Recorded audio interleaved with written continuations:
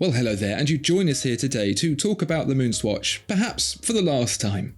Has it finally jumped the shark? If you're looking for an Omega that is an actual Omega, you'll find plenty over at watchfinder.com. Tom, there were highs, there were lows, there were very odd moments in between. There were people standing out in the rain and the snow, all to pay £250 for a plastic watch. It's been an interesting ride. It was a fun experiment. Is the experiment ongoing? Do we know? I mean, are people still queuing out in the rain?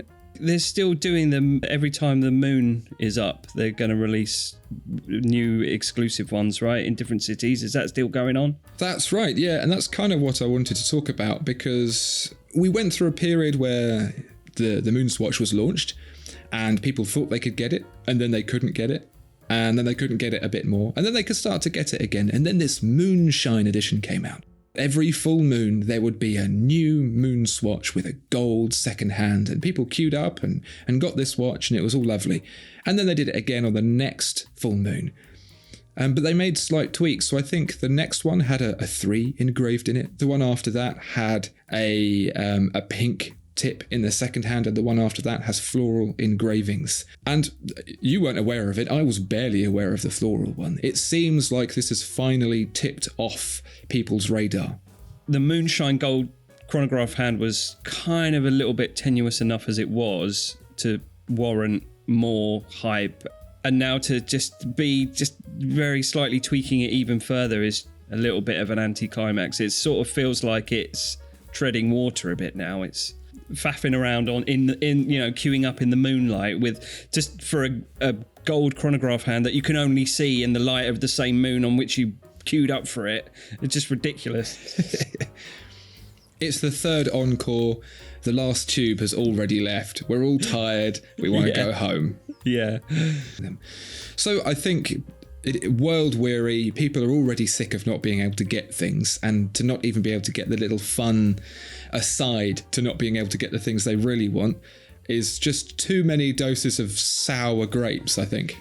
I think it's interesting the way it started out as trying to be, a bit disruptive and going against the grain of what the watch industry was doing at the time. Like the CEO of Swatch, he was like, when we announced it, everyone was at Watches and Wonders and they were all, exclusivity and stuff. And we came along and we made something that everyone could enjoy. And I mean, that wasn't the case because it was incredibly hard to get hold of. And then now suddenly they seem to have sort of fallen quite nicely in step with the rest of the industry by making all these timed exclusives that are really hard to get hold of. So it's a little bit of a shame. It'd be nice to just be able to, arbitrarily collect them all and what have you. But yeah, it seems a little bit redundant now. Do all roads lead to scarcity? Is that how it is? Yeah. If people want something, does it become something they can't have? Is there any world where we can simultaneously want something that's also available? Or is it the scarcity that makes us want it? Yeah. I'm not really sure. But what I do know is that the Moonshine, the various editions, are also hard to get hold of and have become increasingly less desired. Whether it's because people still want them, but they're frustrated that they can't have them. Yeah. You just have to take a look at the comments on the most recent Omega MoonSwatch post to see what the level of tone is there. People have had enough. It is a shame, yeah. I wonder if you're right. Does scarcity equate desirability? I think that's the model a lot of watch brands seem to be going with, isn't it? I wonder if the time you spent queuing for a MoonSwatch, you could actually spend working and afford a real Moonwatch. That'd be interesting to find that out. But I can just walk into the shop and buy one of those, so meh. Yeah. There's no fun in that. You need to suffer. Yeah. You need to suffer for time. A watch is only worth buying if you feel belittled in the purchase process. Yeah, seems that way. Tom, MoonSwatch.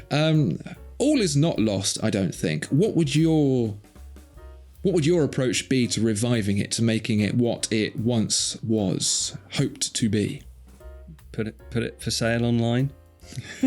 That'd be a news story, wouldn't it? That'd be newsworthy. They did what everyone thought they would do in the first instance. Hooray! We got thrown a bone. That would be nice, wouldn't it? I think that would create some buzz.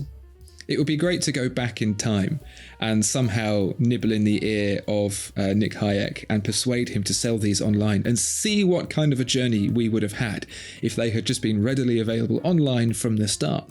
I wonder if they would have been anywhere near the hype. There certainly wouldn't have been the queuing outside the stores. There wouldn't have been the flipping, the high prices, all of that hot buzz. I'm not sure if they knew that was going to happen when they did it, but certainly the questioning over whether or not it would be online or not by themselves very publicly certainly seemed to be in reaction to this. Hang on a minute. This scarcity seems to be working for us. Yeah. What do you think would have happened if they had released it readily available online? Well, yeah, I imagine none of that would have happened. I imagine it would have sold out. I don't think they would have been able to met the demand. I think there would have been a different kind of hype. You would have... Hey, that's fun and interesting, and I can just get it with a click. Why not? I think maybe there would have been that side to it, but I don't blame them for going the direction they did, because the buzz, the storm that they created was quite interesting, quite fun.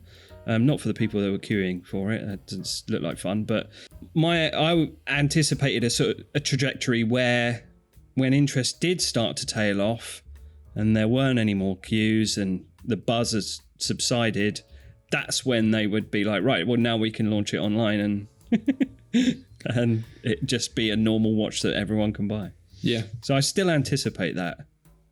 Yeah. After the MoonSwatch, Moonshine, we've found a dirty penny on the floor and rubbed them together edition. Yeah. I also wonder as well, the hype effect was a lot around the negativity of not actually being able to purchase one, as much it was around the positivity of an affordable homage to the Speedmaster in an official capacity. Yeah. And it goes to show, doesn't it, that headlines these days often need to be very explosive, need to be negative in order to get the eyeballs, and that a sweet little story about a little plastic watch that could probably wouldn't have made the headlines. So there you go. I suppose it's a product of the times. There's no such thing as bad hype, as the relatively new saying goes, Andrew. So, there you go. Coined right here, right now, from the mouths of not babes. Well, there you go, dear viewer and listener. Those are our thoughts. Perhaps the MoonSwatch has finally jumped the shark with the various editions of the Moonshine.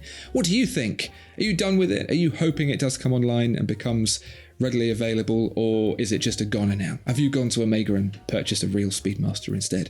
Let us know down below. Please do like and subscribe, and check out watchfinder.com as well. Goodbye.